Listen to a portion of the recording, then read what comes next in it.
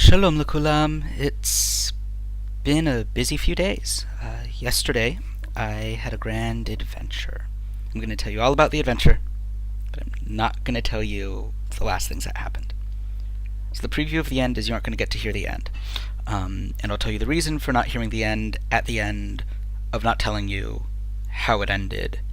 I'm really tired, but I want to get this down. Please bear with me. Okay? We cool? זה הכל בסדר? טוב, מצוין. Oi. Okay. So, yesterday was my second day of Wupong class. The Wupong course is really nice. It's grown. It started off with about 6 people. Now we have, I'd say, about 15. Very diverse group, everywhere from the United States to Poland to Russia, France. I'm thinking here. Russia, France, Poland, Colombia. Yeah, very diverse group. I like it.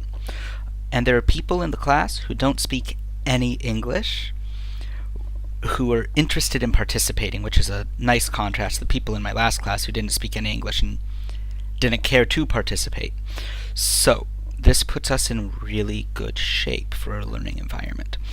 The teacher teaches entirely in Hebrew, even translating Hebrew words into simpler Hebrew words that we know, and then asking us, once that translation is done, if we can say that word in our native language, if she feels that's necessary. It's a great system. Yesterday for homework, we in class read an article about the diversity of Jerusalem and issues with the language. So we had to write a story about a city we knew. I wrote about Los Angeles and the diversity there, and how there were many people who were English as a second language speakers who didn't grow up speaking English at home, and how in LA, the LAUSD pushed to get Ebonics speakers, African Americans, classified as ESL learners, and the misappropriation of funds and the big scandal and all of that. It was fun revisiting something controversial from my childhood. But I didn't get to the homework till this morning because yesterday was a really long day. A friend of mine, who I have not asked permission to name yet in my blog, so she will remain nameless at this point, but a good person. You know who you are. You're in my class and you're on my Facebook page, and you took my backpack home for me yesterday. A friend of mine took my backpack home for me yesterday. Another friend of mine lent me a sports jacket to wear. And then I met up in downtown Tel Aviv with a friend of mine, another friend of mine, third friend from Canada, great guy, hasn't given me permission to use his name yet, so he's not being mentioned, loaned me a lovely tie, and everything actually managed to pull together, so I looked like I was wearing a quite well put together suit. I got dress shoes for myself. Even though it was a video conference and they wouldn't see the bottom half at all, I wanted to go into this feeling good, feeling professional. Sometimes I find the trappings help. A tallis helps you focus when you pray. Little acts like maybe for you for me definitely, but maybe for you putting a yarmulke on helps you reflect on your Jewish heritage is one of the first acts of the morning. Putting on a suit makes me feel like I'm going to an interview. So get on the bus and having a brilliant text conversation with my lady, who is actually coming out to Israel in a couple days. And have a brilliant text conversation with my lady. Trying to sort a couple other things out. My phone keeps dying. It has 3/4 battery life, and it just keeps turning off. This has been a problem that's been plaguing me for the past couple weeks since I started using my backup phone. I step out of the bus, kind of roll my ankle, not used to such low-top shoes. I've been using hiking boots the whole time. The phone slips from my hands and shatters. So now, I have a screen that gives me splinters of glass if I try to use it in battery that doesn't stay alive. And this was my backup phone. So if you've been trying to get a hold of me, not going to happen. So I'm now in Jerusalem at the central bus station with no means of checking my map,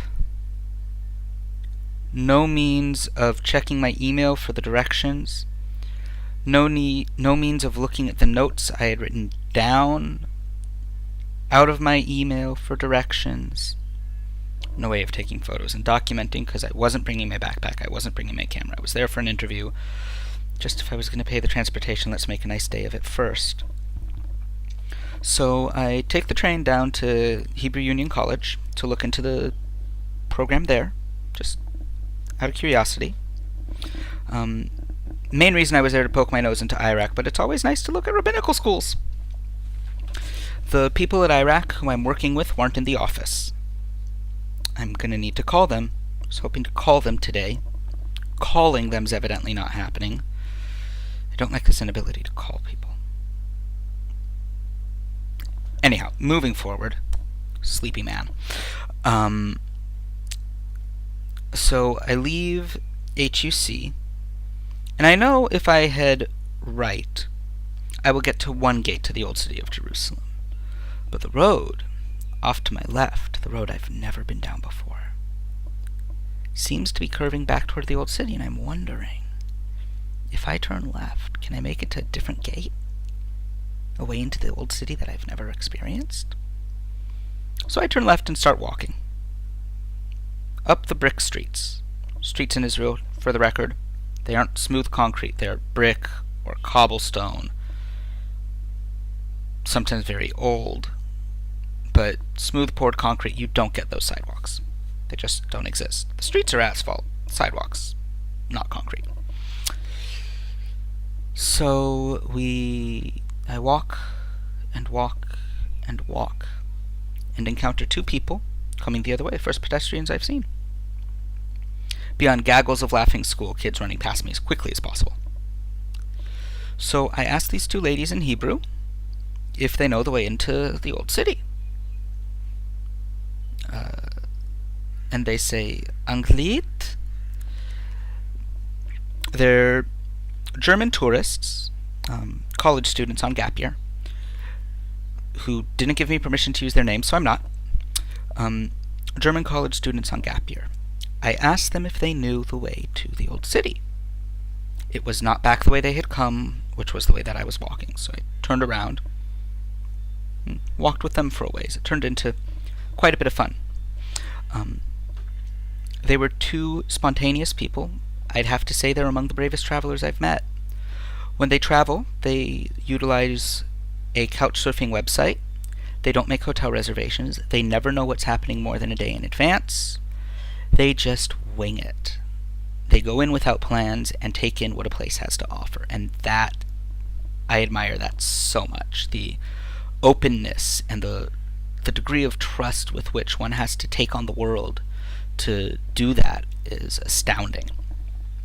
So we're wandering through the old city, being accosted by shopkeepers. It's actually really funny. I'm walking in a suit. Here they are in perfect clothes for the weather. Lucky ladies and me with an interview. So I'm walking through the city in a suit, and the shopkeepers are ignoring me, and they're just, pretty lady, come look at my stuff, come.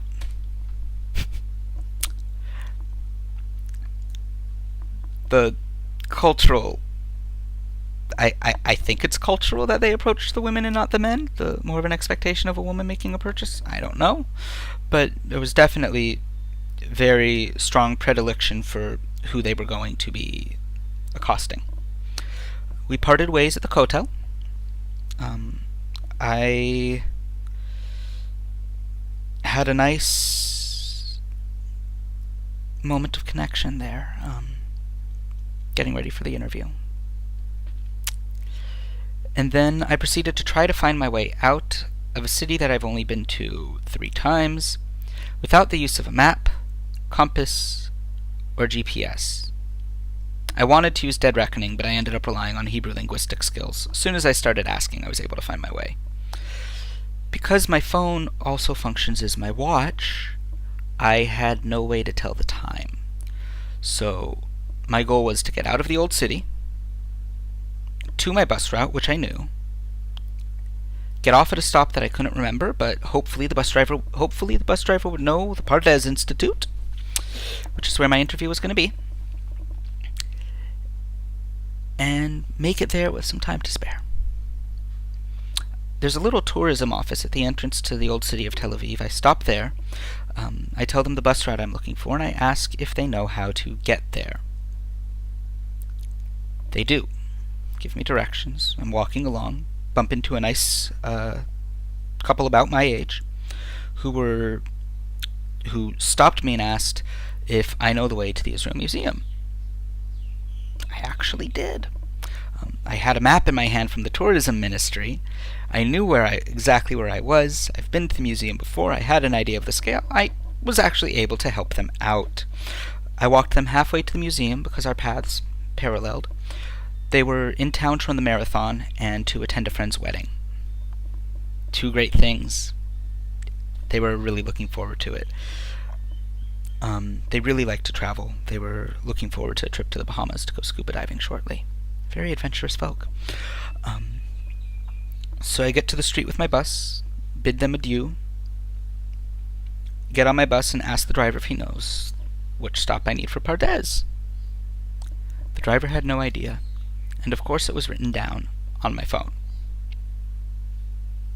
So braving the glass splinters, I try to boot my phone up, get as far as the menu screen and have it shut down.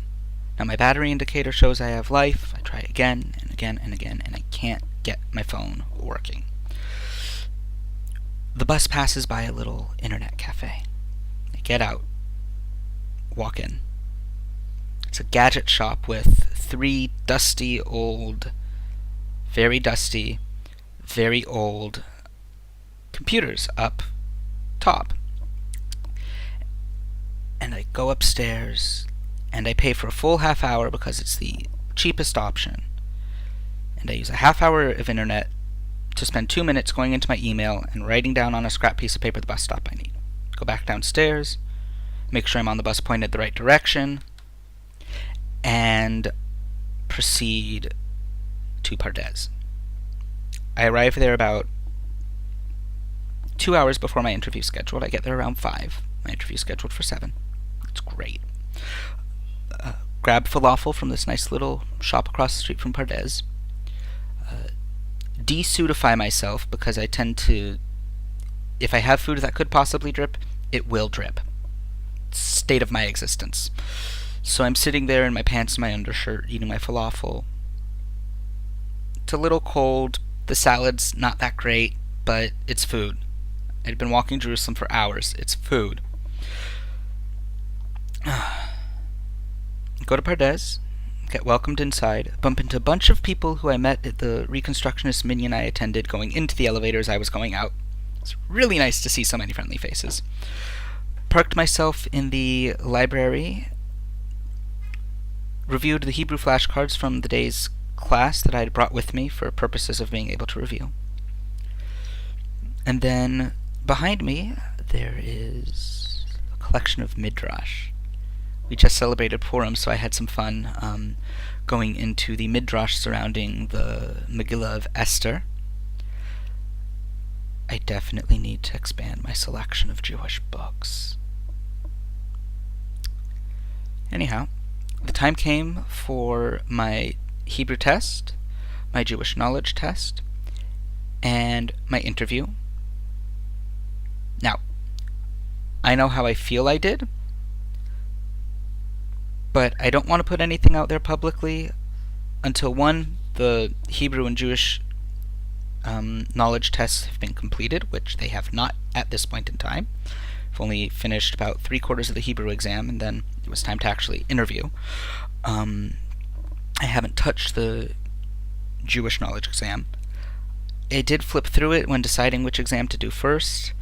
I now have knowledge that most applicants wouldn't when sitting down to the exam. I know what would be on the test, but I'm making a deliberate choice not to study for the Jewish knowledge exam because it is a placement. It is to determine prior knowledge to see if you need the preparatory year or not, and frankly, I want them to make that determination based on what I know, not what I can cram into my head over the course of a day. If all goes well, I should be shortly receiving an email from the gentleman coordinating RRC's activity in Israel, who also I have not asked if I could use his name on my blog. And we'll be going to an Ethiopian restaurant to meet up with the current batch of RRC students, park myself in a corner, and finish that exam so everything can be in and they can make their determination whether they'd like me to study with them and enter the rabbinate through the path that they have open. I hope they say yes. At the end of the night, the gentleman who coordinates RRC's activities in Israel gave me a ride to the Jerusalem bus station. I get to the Tel Aviv bus station, wait about an hour for the bus to take me back home. My mother and my fiance are clamoring to find out how I did. I talk with them briefly in a very brain-addled state. Finally get some sleep, only to wake up at 6 because I have homework due for my 8:30 class. And that's been my last couple days. And of course, the reason I'm not telling you how the test went is, well, I don't get to decide that. I get to decide how I feel about it, but I don't know how it went, and it's not even done yet, so I'm not going to speak to that as of yet. As for the interview, it was fraught with technical difficulties, but it has happened, and it is a worry lifted away. Alright, I'm going to see if I have an email, and I'm going to bid you all a fond להתראות.